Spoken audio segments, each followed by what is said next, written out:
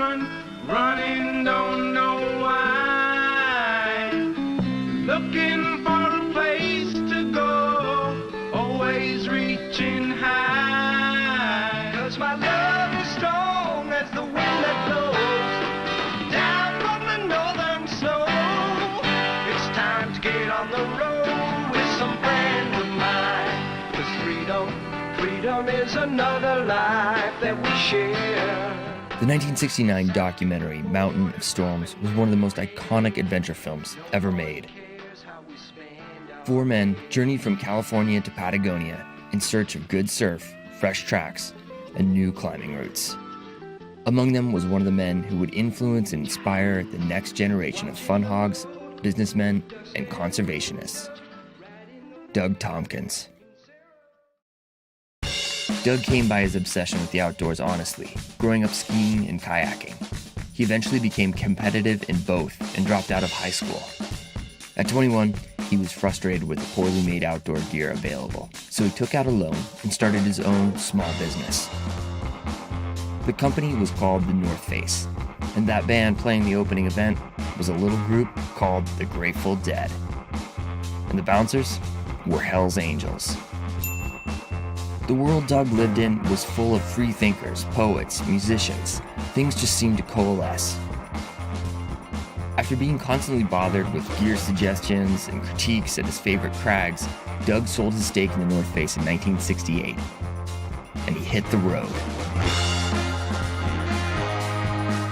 His 6-month trip to Patagonia cemented Doug's legend status among the outdoor community.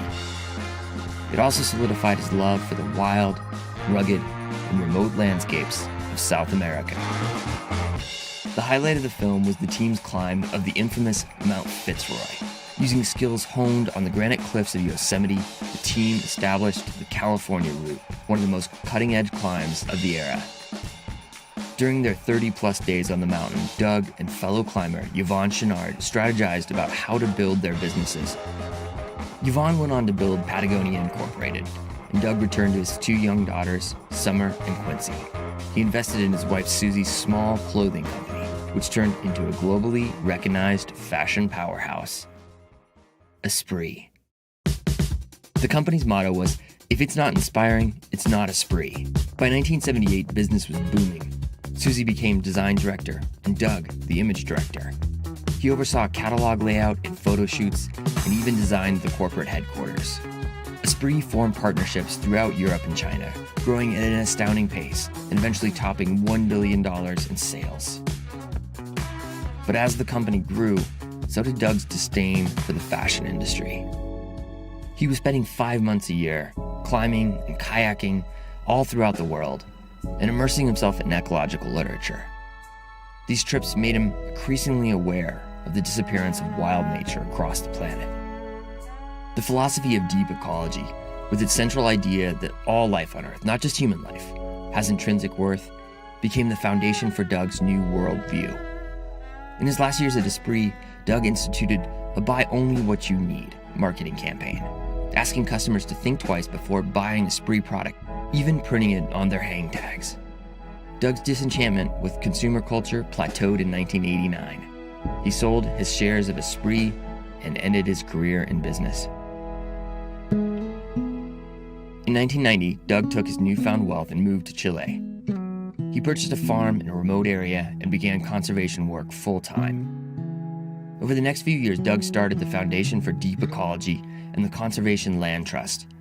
He also remarried to Patagonia's then CEO, Kristine McDivitt. She retired in 1993 and moved to Chile to become Doug's partner in conservation. We flew into this roadless area to this farm he'd just bought on this completely wild coast of southern Chile. No roads. We lived in this tiny little converted smokehouse, and it was probably 100 square feet. It was the two of us. I mean, it was a great way, I think, to start a marriage of two highly opinionated and kind of strong personalities, because we were really dependent on one another for everything. And I think that's what forged this extraordinary marriage.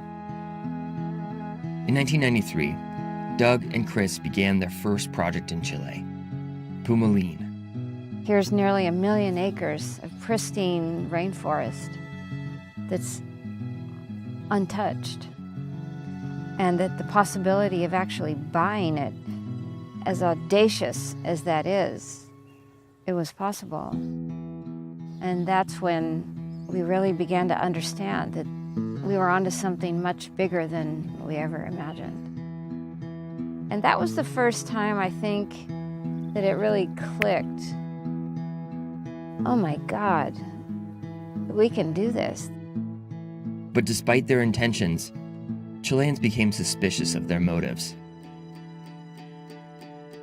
At the beginning, in the early 90s, when Douglas and Chris came to Chile, and they said that they wanted to, create these protected areas to become national parks, people did not believe them. Chile is for exploitation, not for conservation. And this man, he wants to stop, the development in Chile and put a padlock on large pieces of land. And it was a huge controversy. They thought they had hidden intentions. We were famously called the couple who cut Chile in half.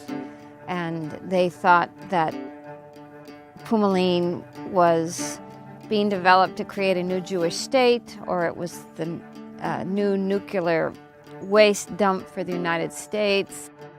Everywhere in the world, human nature is something new, something unknown, is met with skepticism. So I take it as pretty normal. Skepticism plus. Well, sometimes it gets virulent. Well, let's look at some of the reasons that have been given. You are building a Jewish homeland. You are setting up a gold mine. You are a spy for Argentina. What's the craziest one you've heard? The craziest one was that we were going to take the local cows out and replace them with North American bison. That was about as good as it got. The couple were polarizing figures in Chile. In addition to their landholdings, Doug had begun to support activist efforts on a local level, fighting industrial salmon farming, logging, and proposed dams in the area. He'd also gotten into the publishing business, printing large format books on a variety of environmental topics. He didn't mind to get in trouble politically, to get, as we say, between the legs of the horses. Douglas is amazing. I used to say to him, Doug, you've got to find a way to work with these people. It is their country, it is their culture, it is their political system, it is their faith. And what you're going to do for them is not just quite grand, it's very important. But they need to come to that conclusion, Doug, without you just forcing it on them. And thank God for Chris, because Chris was the one who could go in there after he'd blown through things and the storm had scattered the landscape with his ideas and other things, and she'd put it back together and everybody would feel good about her. The idea that we were doing exactly what we said we were doing from the beginning really calmed the waters. Over the next several decades, Doug and Chris, along with their partners, worked together through their foundations to purchase land and create 5 national parks, which were then gifted back to their countries of origin. Monte Leon National Park, home to 25 miles of pristine Argentinian coastline, colonies of penguins, and migrating southern right whales. Corcovado National Park in Chile, where emerald rivers meet the sea and the namesake volcano dominates the landscape. Yendagaya National Park, mountainous fjordlands in Chile's Tierra del Fuego region. El Rincón, a substantial addition to Perito Moreno National Park on the flanks of Chile's Cerro San Lorenzo, and El Impenetrable National Park in Argentina, strategically purchased to complete an essential wildlife corridor. Doug and Chris didn't just buy the land and turn it over. With every park, they endeavored to restore, rewild, and repopulate native species.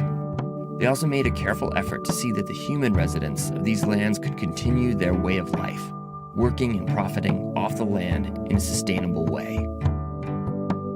Just as he had at Esprit, Doug involved himself at every level of each park's construction, from the architecture to to the magnificent farms and organic gardens.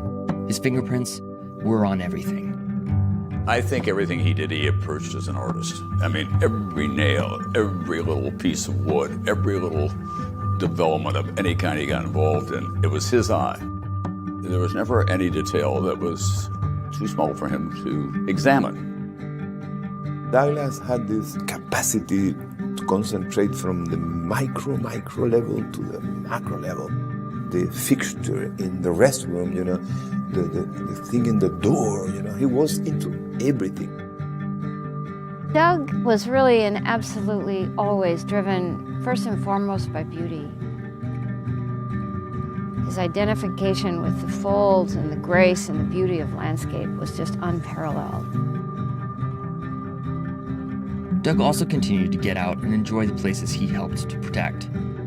Hiking, climbing, and kayaking with friends in these pristine places.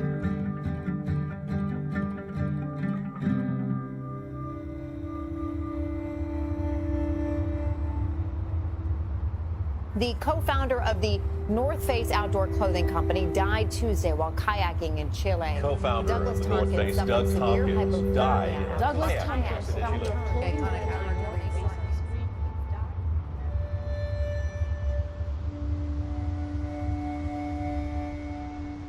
On the day of the accident, I think he took the best of me with him, and I took the best of him, and I carry it with me wherever I go. Yes, he left me a lot to do and a lot of things to decide and push through, but the last thing I am is alone. One of Douglas' favorite concepts or ideas was Edward Abbey's, who said, "Sentiment without action is the ruin of the soul." Douglas saw very deep, and acted accordingly. Doug, more than anyone else I knew, was a philosopher, king of the environment, but also a man who was totally at ease in it and was energized by it. It's very tempting to say Doug Tompkins was unique. There was no one else in the world like him. In this case, it has the added virtue of being true. He sailed against the winds and always reached his destination, however strong the winds may have been against him. It's not just that we're going to finish what Doug and I started. We're going to keep going. In addition to a multitude of planned projects, 3 more parks are in construction and slated for donation in the coming years. In total, Doug and Chris will have donated over 2.5 million acres of land into the park systems of Chile and Argentina that will be leveraged to create over 10 million acres of parkland.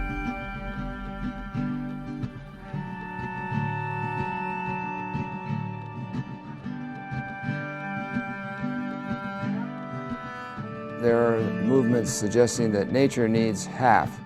I think nature needs a lot more than half, but let's start with half. You can come and take a look and you can tread lightly there, but it has to be left alone.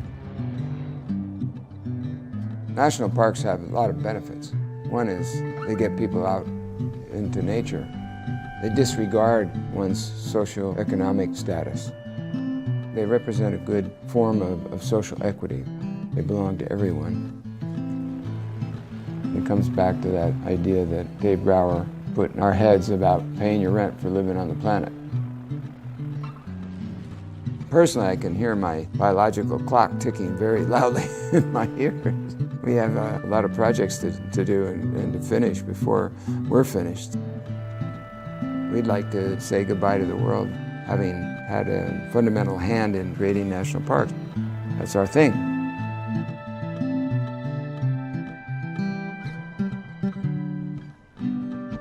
We're going to get this done. It's just a matter of time.